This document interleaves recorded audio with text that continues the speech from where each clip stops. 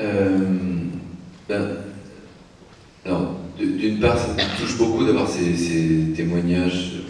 des regards différents sur ce film-là, parce que c'est particulier pour moi, enfin surtout après 20 ans, de voir que ça pose toujours les mêmes questions, hein, et que c'est encore visible, disons. Par rapport au personnage, je vais dire un peu la même chose que ce que je disais sur le thème, c'est-à-dire que à l'époque,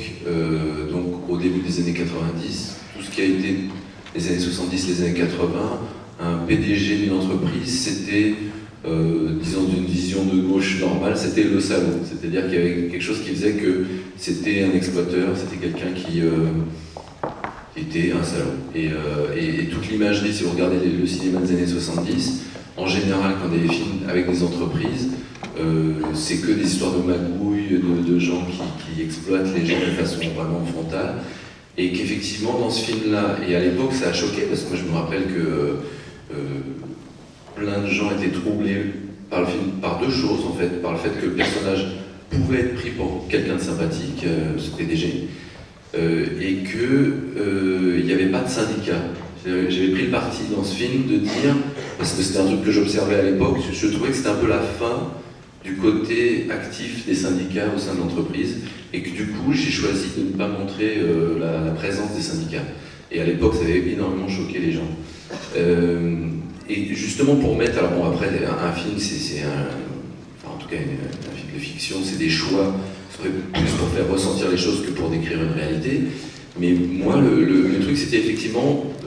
en sortant ça d'histoire syndicale, c'était de mettre ça sur des histoires humaines, et effectivement ce que vous disiez sur le fait que aller travailler c'est une histoire humaine, et que du coup il y a des histoires humaines qui se passent,